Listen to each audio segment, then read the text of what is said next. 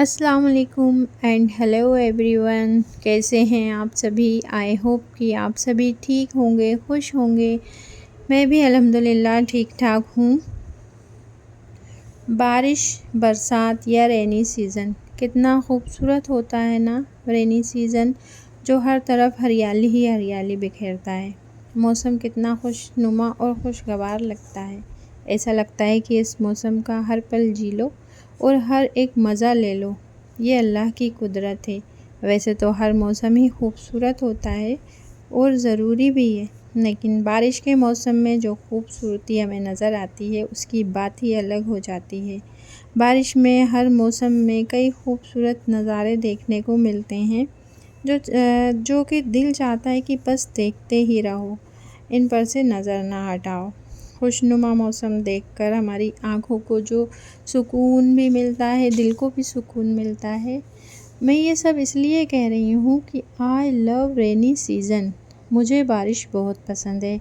वैसे तो ये मौसम ज़्यादातर लोगों को पसंद ही आता है और लोग ज़्यादा से ज़्यादा इस सीज़न में ही घूमना फिरना, आउटिंग वगैरह सब इसी मौसम में पसंद करते हैं। अब रोज़ रोज़ तो हम लोग कहीं घूमने जा नहीं सकते, तो मैं अपने घर की छत पर ही घूमकर इस मौसम का मज़ा ले लेती हूँ। और टाइम टाइम से हम घूमने फिरने चले भी जाते हैं, निकल भी जाते हैं। मुझे ऐसा लगता है कि वो रेनी सीज़न का जो लम्हा होता है ना, वो हर एक लम्हा कैप्चर करके रख लूँ। मुझे ऐसा लगता है कि काश कि ये मौसम कभी ख़त्म ही ना हो, लेकिन ऐसा होता नहीं है। मौसम तो सारे ज़रूरी हैं। एक्चुअली क्या है ना कि मुझे गर्मी बर्दाश्त नहीं होती। मुझे गर्मी ना बहुत ज़्यादा लगती है, जिस वजह से मैं गर्मी में कंफर्टेबल फ़ील नहीं करती, इसलिए गर्मी से थोड़ा सा घबराती हूँ। खैर कोई बात नहीं, इंसान पर जब पड़ती है तो वो हर हाल में मैनेज कर लेता है।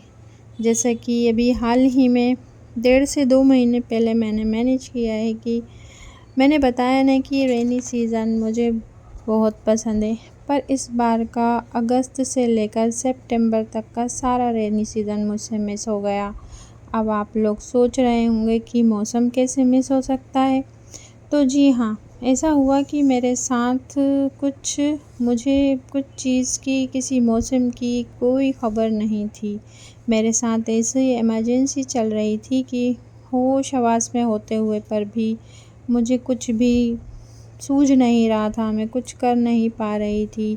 बस अल्लाह से मांग रही थी कि अल्लाह, परेशानी भी तेरी तरफ से है और इसे दूर भी तू ही करेगा। खैर अल्लाह ने ही इस परेशानी से निकाला। अल्लाह का लाख लाख शुक्र है, अब सब ठीक ठाक है। नहीं तो मेरी ज़िंदगी का 1 से लेकर 1.5 महीना ऐसा गुज़रा जैसे कि मैं दुनिया में होकर भी दुनिया में नहीं हूँ। मेरी लाइफ बहुत डिस्टर्ब चल रही थी। कुछ समझ में नहीं आ रहा था कि क्या करें क्या ना करें। पर यही वजह थी कि जो कि मैं पिछले 2 महीने से व्लॉग नहीं डाल पा रही थी। पर अल्हम्दुलिल्लाह अल्हम्दुलिल्लाह अब सब ठीक है, सब पहले से बेहतर है। शुक्र है अल्लाह का। और ये व्लॉग भी काफ़ी दिन पहले शूट किया हुआ है, जो कि मैं डाल नहीं पा रही थी। अब थोड़ा माइंड सेट हुआ तो मेरी हिम्मत बनी कि मैं व्लॉग डाल दूँ। अभी जब मैं छत पर टहल रही थी, बारिश के मज़े ले रही थी, तो ये वक्त था सुबह 10 बजे का। सुबह सुबह बारिश के मज़े लेने में छत पर चली गई थी और फिर मैं नीचे आ गई। इस वक्त तक मेरा ना नाश्ता, सफाइयाँ वगैरह सब हो चुकी थी। अब मैं ना दोपहर के खाने की तैयारी कर रही थी, तो यहाँ पर मैंने कीमा बनने के लिए रख दिया था और साथ में मैं आज बना रही थी पूरियाँ। क्योंकि ये ना बारिश के मौसम में ना कीमा, पूरी ये चीज़ें ना थोड़ी फ्राइड चीज़ें अच्छे खाने में आ जाती हैं और जो कि खा लिया जाता है और अच्छी भी लगती हैं। फ्राइड चीज़ों पर ना ऑटोमेटिकली दिल चाहता है कि आज पूरियाँ खाई जाएँ या पराठे खाए जाएँ। गर्मी में तो ये सब चीज़ें थोड़ा अवॉइड ही करना पड़ती हैं। तो मैं यहाँ पर कीमा और मेथी की भाजी मिक्स करके, जो बिल्कुल एकदम से सूखा सूखा सा कीमा बनता है ना पूरियों से खाने वाला, तो मैं वो बना रही थी। कीमे की रेसिपी तो आपको मैं पहले दे ही चुकी हूँ और ये सादा सिंपल सा है। सारी चीज़ें इकट्ठा करके चढ़ा दी थी मैंने इकट्ठा डालकर, और बस इसको जब कसने भूनने का टाइम जब आता है तो इसमें मेथी की भाजी, गरम मसाला वगैरह डालकर मैंने कस लिया था।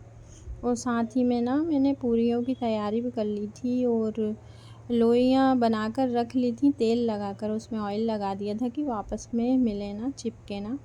और उसी वक्त जब खाना खाने बैठेंगे, खाने का टाइम होगा लंच का, तो गरम गरम तल कर और सर्व कर देंगे। तो मैंने उनको ना तेल लगाकर सारी लोइयाँ बनाकर पूरियों की और उसमें ऑयल लगा दिया था और ढककर मैंने रख दिया था। और यहाँ पर ना मैं कीमा भून रही थी। प्लेटफॉर्म पर ना काफ़ी भाजी भाजी सी गिर गई थी मेथी की भाजी, तो थोड़ा सफाई का भी साथ साथ ध्यान रखें।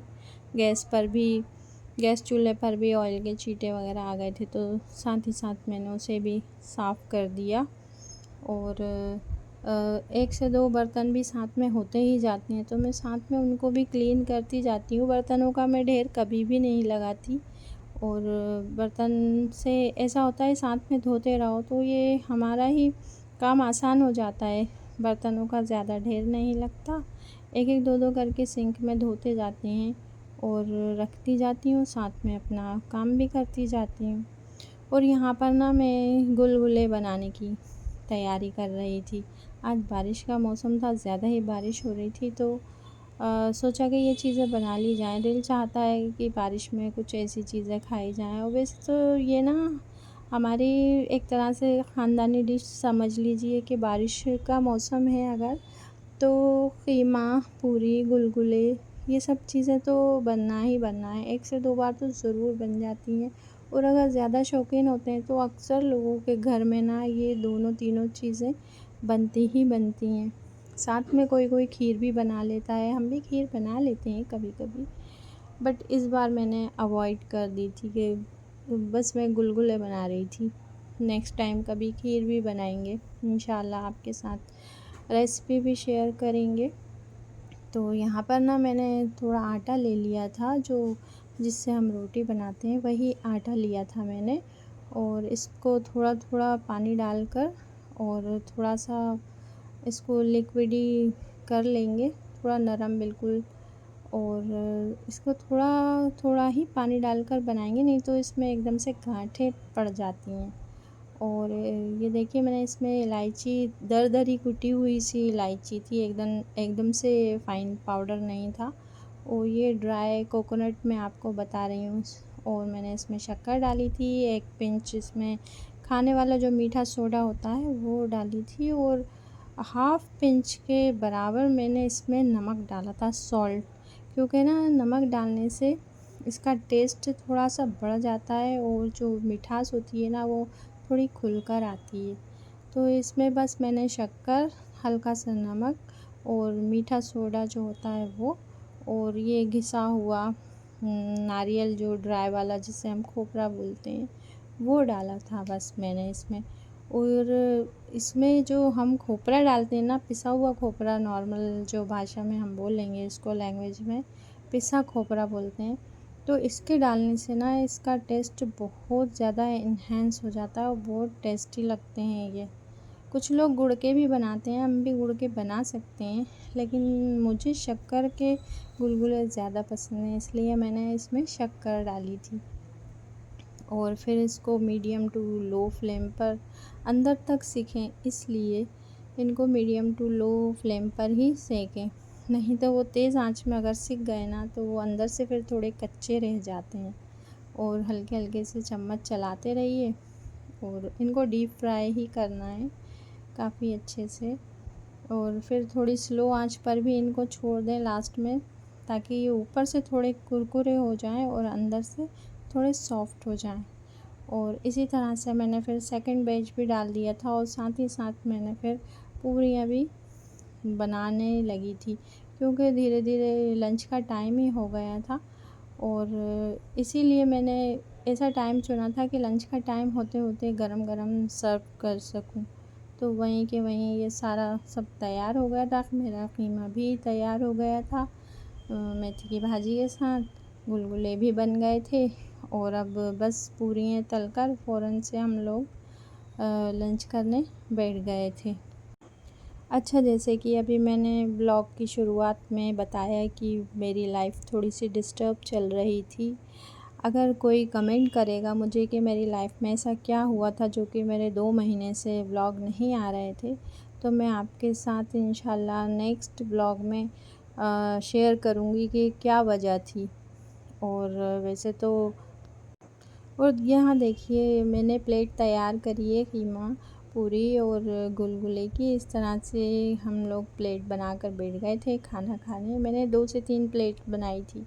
और गाइज़, आपको अगर मेरा ब्लॉग पसंद आए तो प्लीज़ लाइक करें, शेयर करें और सब्सक्राइब करें। दुआओं में याद रखें। अल्लाह हाफ़िज़।